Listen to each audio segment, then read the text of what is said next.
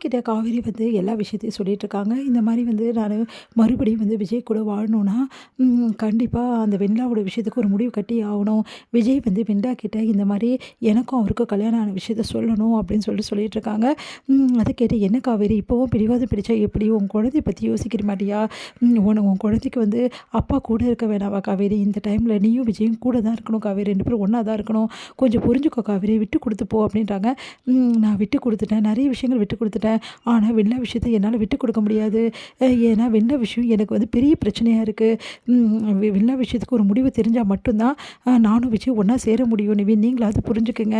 என்னை யாரும் புரிஞ்சுக்க மாட்டேங்கிறாங்க அப்படின்னோனே, சரி நான் உன்ன புரிஞ்சுக்கிறேன். நீ கவலைப்படாத.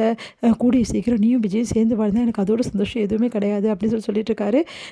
சரி உனக்கு இப்போ பரவாயில்லல்ல போ கிளம்பலாம்ல அப்படின்னோன, எனக்கு இப்போ பரவாயில்ல நம்ம கிளம்பலாம் அப்படின்னு சொல்றாங்க. சரி ஓகே அப்படின்னு சொல்லிட்டு வீட்ல போய் ட்ராப் பண்ணுறாரு. அப்போ வீட்ல உள்ளவங்க எல்லாரும் "என்னடி ஆச்சு காவேரி? நிவின் கூட வந்திருக்க?" அப்படின்னு சொல்லிட்டு கேட்குறாங்க அவங்க அக்காவும். இந்த மாதிரி காவேரி கோயிலுக்கு போயிருந்தா, அங்கே கொஞ்சம் உடம்பு சரியில்ல போட்டுருக்கு. அதான் அப்படியே நின்றுட்டு இருந்தா. அதனால தான் கூட்டிகிட்டு வந்து விட்டேன். அப்படின்னு ஐயோ நான் அப்போவே சொன்னேன்ல ஹாஸ்பிட்டலுக்கு போகலாம். நான் அவள் வாந்தியாக எடுத்துகிட்டு இருந்தா. என்ன பிரச்சனைன்னு தெரில. ஹாஸ்பிட்டலுக்கு கூட்டிகிட்டு போகலான்னு நினச்சிட்ருக்கேன். சரி வா காவேரி ஹாஸ்பிட்டலுக்கு போயிட்டு வந்து. இல்லை இல்லை நாங்கள் போயிட்டு தான் வந்தோம். நிவின் என்னை கூட்டிகிட்டு போனாரு. அப்படிங்களா? ரொம்ப நன்றிங்க அப்படின்றாங்க. பரவாயில்லங்க இதில் என்ன இருக்குது அப்படின்னு சொன்னோன்னே, சரி காவேரி எனக்கு டைம் ஆயிடுச்சு நான் கிளம்புறேன். காவேரி பத்திரமா பார்த்துங்க. கொஞ்சம் வீக்காக இருக்காங்க. அவங்களுக்கு வந்து காவேரிக்கு வந்து நான் கூல்ட்ரிங்க்ஸ் மட்டும் வாங்கி கொடுத்துருக்கேன். வேறு சாப்பிடல அப்படின்னோடனே, சரிங்க நாங்கள் பார்த்துக்குறோம் அப்படின்றாங்க.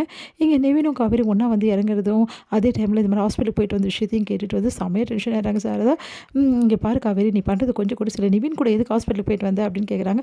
அவர் கூட எதுக்கு நீ போகிற அப்படின்னு கேட்டோன்னே, இல்லைம்மா அவர் தான் இங்கே பாரு இதெல்லாம் சரியில்லை. யமுனாவுக்கு தெரிஞ்சால் பெரிய பிரச்சனை பண்ணிடுவா.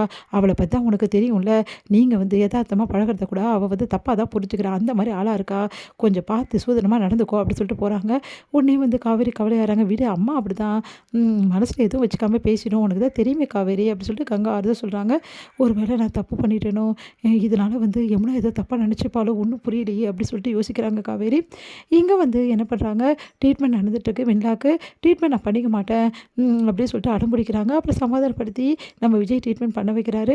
அடுத்து வந்து கொஞ்சம் கூட சரியில்லை. ஏன் தான் இப்படிலாம் பண்ணிகிட்ருக்காளோ தெரில அப்படி சொல்லிட்டு செம்மையாக டென்ஷன் ஆயிடுறாரு.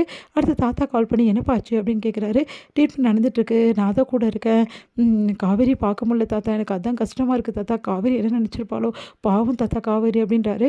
சரிப்பா ஒன்றும் ஆகாது கவலைப்படாத அப்படி சொல்லிட்டு தாத்தா வந்து சொல்லிட்டு இருக்காரு. சரிப்பா நீங்கள் 2 பேரும் சீக்கிரமாக விட்டு நான் வேணால் வரட்டுமாப்பா அப்படின்னு. அதெல்லாம் ஒன்றும் வேணாம் தாத்தா. இங்கே வந்து வெண்ணிலாக்கு ட்ரீட்மெண்ட் நடந்துட்டுருக்கு. சீக்கிரமாகவே நானும் வெண்ணிலாவும் வந்துடுவோம் அப்படின்றாங்க. என்னப்பா இந்த பொண்ணு இப்படி பண்ணிகிட்ருக்கா. சரிங்க தாத்தா பேசலாம் அப்படி சொல்லிட்டு விஜய் மனசு கஷ்டத்தோடு இருக்காரு.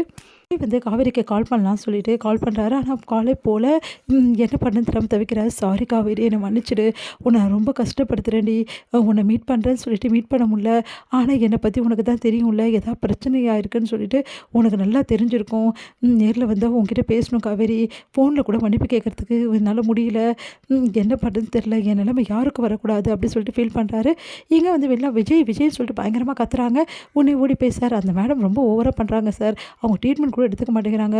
உங்களை தான் கூப்பிட்றாங்க அப்படின்னு. சரி நான் வரேன் அப்படின்னு சொல்லிட்டு ஏன் வெளில இப்படிலாம் பண்ணுறேன் அப்படின்னோடனே, இங்கே பாரு விஜய் நான் ட்ரீட்மெண்ட் எடுத்துக்கணும்னா நீ கூடவே தான் இருக்கணும். எக்கார இருக்கணும். என்னை விட்டு போகவே கூடாது. அப்போ தான் ட்ரீட்மெண்ட் எடுத்துக்க முடியும். புரியுதா அப்படின்றாங்க. சரி வெண்ணிலா நான் கூட தானே இருக்கேன் அப்படின்னு. நீங்கள் ட்ரீட்மெண்ட் பண்ணுங்க. அடுத்து ட்ரீட்மெண்ட் முடிச்சு வெண்ணிலாவும் வந்து விஜயும் வந்து வீட்டுக்கு வராங்க. தாத்தா பாட்டி என்னாச்சுன்னு கேட்குறாங்க. இப்போது ஓகே தாத்தா எந்த பிரச்சனையும் இல்லை. அவளுக்கு வந்து தூக்க மாத்திரை கொடுத்துருக்காங்க. இப்போ தூங்கிடுவா அப்படின்னு சொல்லிட்டு தூங்க வச்சுட்டு வந்து வெளியே வரும்போது விஜய் அப்படின்னு சொல்லிட்டு கையை பிடிக்கிறாங்க. வெண்ணிலா அதிர்ச்சி அடைகிறாரு.